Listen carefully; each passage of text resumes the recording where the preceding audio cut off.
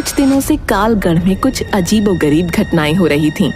गांव में कोई भी घटना होती थी तो सबसे पहली सूचना हिम्मत सिंह को दी जाती थी। गांव की बुढ़िया भागती हुई जमींदार के पास पहुंची।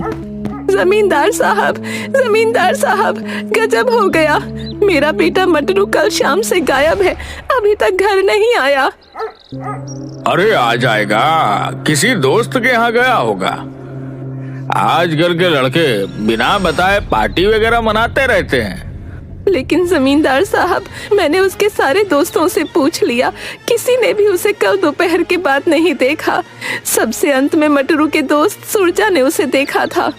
ठीक है, दीवान जी सुरजा को बुलवाइए। दीवान नेकचंद कालगढ़ गांव का सबसे पढ़ा लिखा और समझदार व्यक्ति था। सुरजा जमींदार के पास आता है। बताओ सुरजा, तुमने मटरू को सबसे अंतिम में कहाँ देखा था? जमींदार साहब, कल मटरू मुझे शाम 5 बजे शमशान के बगल में गन्ने की खेत की ओर जाते हुए मिला था। उस तरफ तो कोई जाता नहीं। अब वहां जाने के लिए तो मैंने पूरे गांव को मना कर रखा है। जी जमींदार साहब, मैंने उसे याद भी दिलाया कि उधर जाना मना है, लेकिन वह बोल रहा था कि उसका कुत्ता मोती इधर ही भागता आया है और फिर वह गन्ने की खेत में चला गया। ठीक है, दोपहर में हम लोग गन्ने के खेत में जाकर मटरू की खोज करेंगे। दोपहर में गांव के सारे लोग मिलकर शमशान के बगल वाले गन्ने के खेत में मटरू को खोजते हैं, लेकिन ना तो मटरू और ना ही उसका कुत्ता मोती कहीं दिखाई देता है। शाम ढलने से पहले वहां से जमींदार सभी लोगों को निकल जाने के लिए बोलता है, क्योंकि कालगढ़ के लोगों का मानना था कि शाम ढलने के बाद उस गन्ने के खेत में भूत प्रेत का वास होता है। अभी तक कालगढ़ के करीब 28 लोग उस गन्ने के खेत में लापता हो चुके थे। कई बार इस गन्ने के खेत को काटा भी गया, लेकिन अगली सुबह फिर उसमें गन्ने का खेत पाया जाता। भय से गांव का कोई आदमी शाम के वक्त उधर से नहीं गुजरता। अब क्या होगा मालिक, मेरा मटरू के सिवा इस दुनिया में कोई नहीं है। मैं तुम्हारी दुख को समझ रहा हूँ, लेकिन जितना हमें करना था हम लोगों ने कोशिश कर लिया। अब तुम जाओ और थाने में अपना रपट लिखवा दो। तभी धन्नू धोबी दौड़ता हुआ आता है। जमींदार साहब, गजब हो गया। मैं नदी के किनारे कपड़ा धो रहा था, तभी शमशान के बगल वाले गन्ने की खेत से लाल धुएं का भवंडर उठते हुए देखा और उस भवंडर में गांव से लापता कई पुराने लोग और मटरू अपने कुत्ते मोती के साथ दिखाई दिया। क्या बकते हो धन्नो, हम सब अभी गन्ने के ही खेत से आ ही रहे हैं, हमें तो वहाँ कुछ ऐसा नहीं दिखा। मालिक, मैं सच बोल रहा हूँ, मैंने अपनी आंखों से अभी देखा है। वो भवंडर तेजी से चक्कर काटते हुए शमशान की तरफ चला गया और लाल धुएं से फिर वह नीले धुएं में बदल गया। तभी वहाँ इंस्पेक्टर टोने भी आ जाता है। आइए इंस्पेक्टर साहब, हम आप ही को बुलाने वाले थे। आपके गांव में घट रही घटना के बारे में तो मालूम ही होगा। जी हाँ जमींदार साहब, गांव में घट रही घटनाओं पर हमारी पैनी नजर है। हमने 2 कांस्टेबल सिंटू और पिंटू को गन्ने के खेत के पास चेक पोस्ट बनाकर तैनात रहने को कहा है। अभी अभी धन्नू धोबी ने गन्ने के खेत में लाल धुएं का बवंडर उठते हुए देखा है, जो शमशान में जाकर नीले कलर में बदल गया और विलीन हो गया। हमें यह भी पता है, कांस्टेबल सिंटू और पिंटू ने इसकी पुष्टि की है कि उन्होंने भी ऐसे बवंडर को उठते हुए देखा है जिसमें कुछ लोग फंसे हुए दिखाई दिए थे। मैं इसीलिए आपके पास आया हूँ कि आप गांव में सभी को हिदायत दे दें कि शाम के वक्त गन्ने के खेत की तरफ कोई नहीं जाएगा। गांव का सबसे बड़ा सेठ चित्तर पांडे की कार भी वहां आ जाती है। अरे आइए चित्तर पांडे जी, आप ही के गन्ने की खेत की चर्चा हो रही है। अरे मैं भी इस भूतिया गन्ने की खेत से परेशान हो गया हूँ। मैं सोच रहा हूँ कि उसके चारों तरफ 4 दीवारी घिरवा दूं, ताकि कोई आगे कांड ना हो। सही सोचा है सेठ जी आपने। ये लीजिए मुखिया जी, 2 लाख रुपए मेरी तरफ से बुढ़िया को दे दीजिए। अरे पांडे जी, आप खुद दीजिए। अरे आप ही दे दीजिए, मैं गुप्त दान देने में विश्वास रखता हूँ, दिखावे में नहीं। अच्छा, मैं चलता हूँ, मंत्री जी के साथ एक इम्पोर्टेंट मीटिंग है। ऐसे ही आदमी को हमारे समाज की जरूरत है। बहुत ही नेक आदमी है सेठ जी। उधर कांस्टेबल सिंटू और पिंटू चेक पोस्ट पर। भैया आप कहाँ से हो? हम तो बिहार से हैं। और आप? हम तो यूपी से हैं। जरा सुरती है तो दो यार, डर के मारे पिछवाड़ा फटा जा रहा है। बताओ, हम लोग क्या भूत पिशाच भगाने के लिए भर्ती हुए थे पुलिस में? हाँ भैया, बात तो तुम ठीक कह रहे हो। ये लो चिनौटी, पहले खैनी रगड़ो, फिर खा के सोचेंगे कि हमें क्या करना है। डर तो ससुरा हमें भी लग रहा है। भैया तुमने कभी भूत देखी है? हाँ भाई, हमने तो भूत देखा है। हमारे चाचा को मेरे सामने भूत ने उठाकर 3 बार उठाकर पटका था। जब हम आम के पेड़ के रखवाली के लिए मचान बनाकर उस पर सो रहे थे। मैं नहीं मानता, मैं भूत प्रेत को नहीं मानता। ये एक कोरी कल्पना और अफवाह है। ठीक है भैया, अपनी अपनी सोच है। अच्छी बात है कि तुम्हें भूत प्रेत पर विश्वास नहीं है। हमें तो है भैया। ऐसा करते हैं, आधी रात तक तुम पहरा देते रहो, आधी रात के बाद मुझे उठा देना और तुम सो जाना। हाँ, यही ठीक रहेगा भैया। ठीक है भाई, मैं तो अब सोने जा रहा हूँ। रात 2 बजे हमें उठा देना। अभी 5 मिनट ही हुए थे कि चेक पोस्ट के पास बने झोपड़ी में सिंटू सोने जा रहे पिंटू के पास आता है। अरे सिंटू, क्या हुआ, तुम अंदर क्यों आ गए? भाई मुझे पेशाब लगी है। अबे तो पेशाब अंदर करेगा क्या?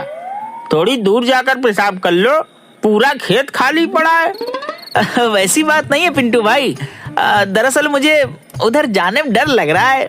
प्लीज थोड़ा सा मेरे साथ चलो ना, मैं पेशाब कर लूंगा तो फिर आ जाना। यार अभी तो तुम कह रहे थे कि तुम्हें भूत पिशाच से डर नहीं लगता है। तुम्हारे इस बात से मुझे भी कुछ हिम्मत बढ़ा था, लेकिन तुम तो मुझसे भी ज्यादा डरपोक हो।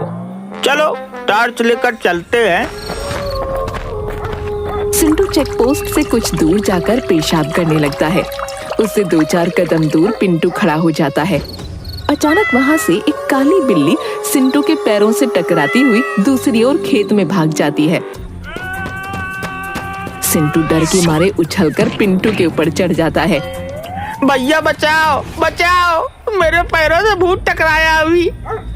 अबे वो काली बिल्ली थी, मैं भी उसे टॉर्च की रोशनी में खेत में जाते हुए देखा है। चल उतर जा। नहीं भैया, भूत है। अभी मेरे पैरों में टकराया है। मुझे भूत से बचा लो। मैं अपने पत्नी का इकलौता पति हूँ, उसका क्या होगा? वो विधवा हो जाएगी, बचा लो। तभी आकाश में अचानक बिजली चमकती है और बादल गरजने की आवाज के साथ सिंटू और डर जाता है। भूत भूत! अरे उतर, मुझ पर क्यों दिया मुँह? सारा वर्दी खराब कर दी तूने। चल झोपड़ी के अंदर चल। सॉरी भैया, वो बादल की आवाज और डर से मेरी सुसु निकल गई। भैया हनुमान चालीसा पास रखते हो क्या? भूत पिशाच निकट नहीं आवे, महावीर जब नाम सुनावे। दोनों कांस्टेबल चेक पोस्ट के पास बने झोपड़ी के अंदर चले जाते हैं और एक ही खटिया पर दोनों सोने की कोशिश करने लगते हैं, लेकिन डर के मारे दोनों को नींद भी नहीं आ रही थी। तभी एक बार फिर बादल गरजता है और हवा से झोपड़ी के ऊपर रखा टीन नीचे गिर जाता है। सिंटू भूत भूत करते हुए खटिया से उठकर बाहर भाग जाता है। उसके पीछे पीछे पिंटू भी भागता है। अरे सिंटू किधर जा रहा है? रुक रुक जा मेरे भाई, तुम भी जल्दी भागो वहाँ से, भूत है वहाँ।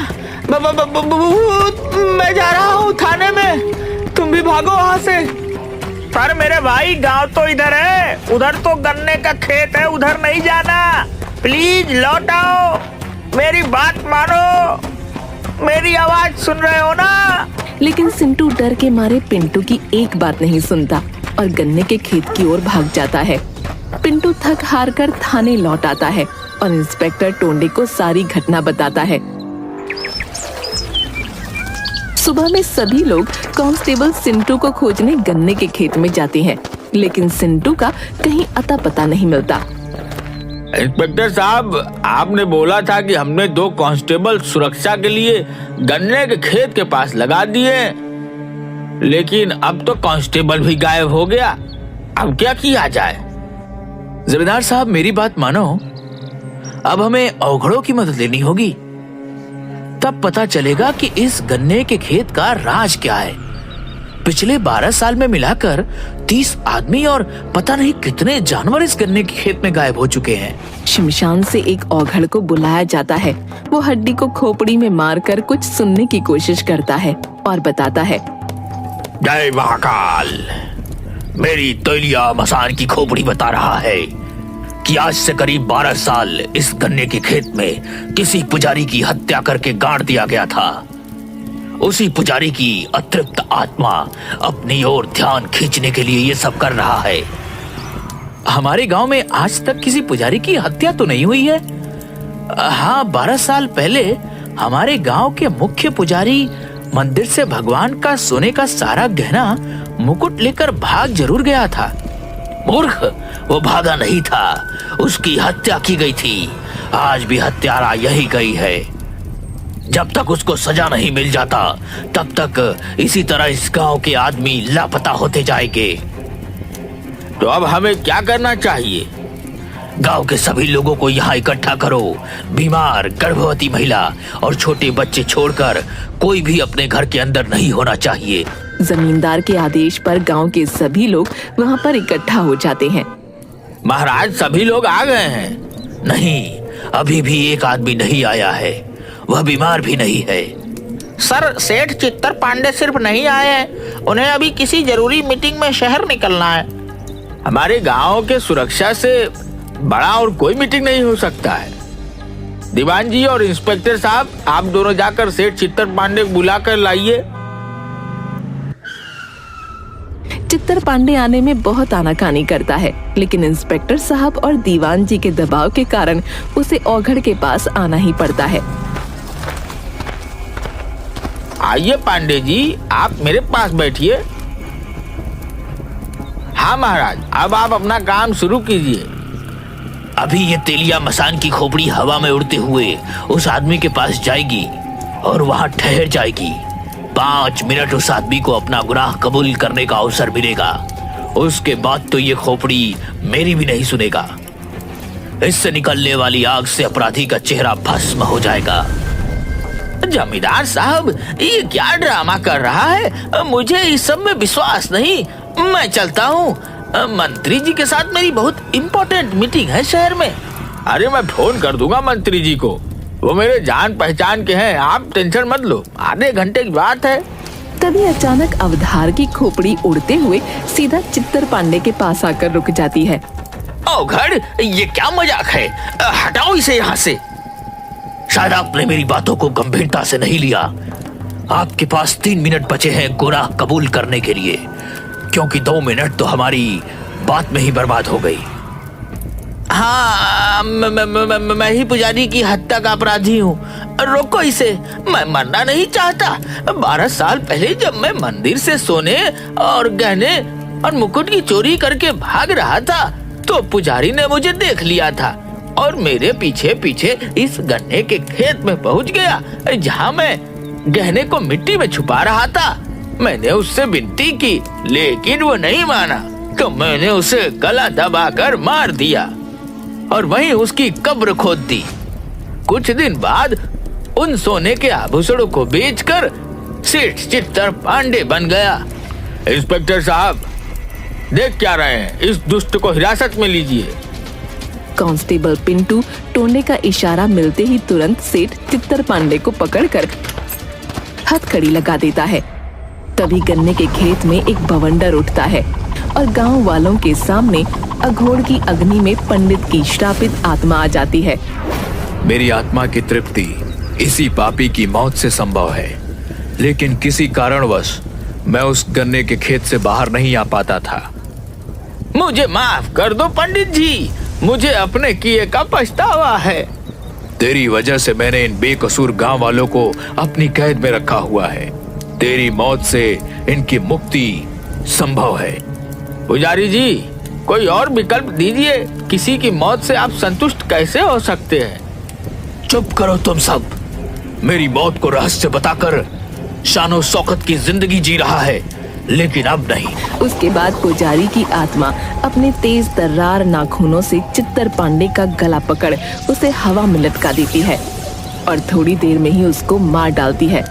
इसके बाद आत्मा वहाँ से गायब हो जाती है मुक्ति, मुक्ति। और एक के बाद एक करके 30 आदमी और कई मवेशी उड़ते हुए आकर औघड़ के पास गिरते हैं और सभी सुरक्षित अपने अपने परिजनों से मिल जाते हैं। औघड़ के कहने पर उस गन्ने के खेत को जलाकर पुजारी जी की याद में एक बड़ा सा मंदिर बनवा दिया जाता है।